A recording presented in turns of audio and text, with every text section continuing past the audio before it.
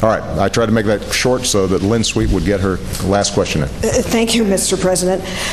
Recently, Professor Henry Louis Gates, Jr. was arrested at his home in Cambridge. What does that incident say to you, and what does it say about race relations in America? Well, I should say at the outset that Skip Gates is a friend, so I may be a little biased here. I don't know all the facts.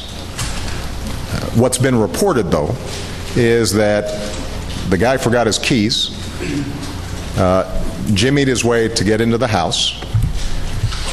There was a report called into the police station that there might be a burglary taking place.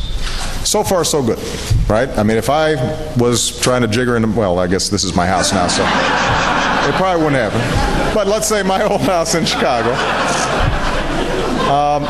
Here I'd get shot.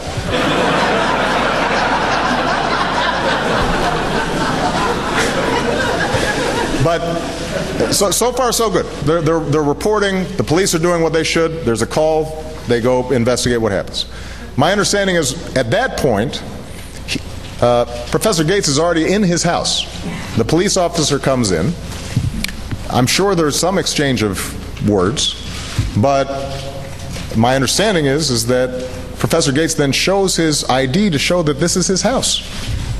And at that point, he gets arrested for disorderly conduct. Charges which are later dropped. Now,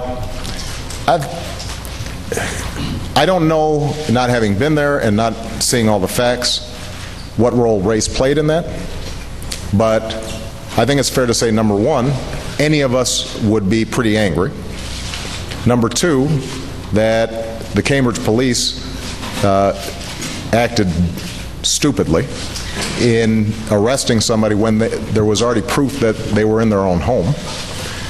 And number three, what I think we know separate and apart from this incident is that there is a long history in this country of African Americans and Latinos being stopped by law enforcement disproportionately. And that's just a fact. As you know, Lynn, when I was in the state legislature in Illinois, we worked on a racial profiling bill because there was indisputable evidence that blacks and Hispanics were being stopped disproportionately. And that is a sign, an example of how, race remains a factor in the society. That doesn't lessen the incredible progress that has been made. I am standing here as testimony to the progress that's been made, and yet the fact of the matter is that this still haunts us. And even when there are honest misunderstandings, the fact that blacks and Hispanics are picked up more frequently and oftentimes for no cause casts suspicion even when there is good cause.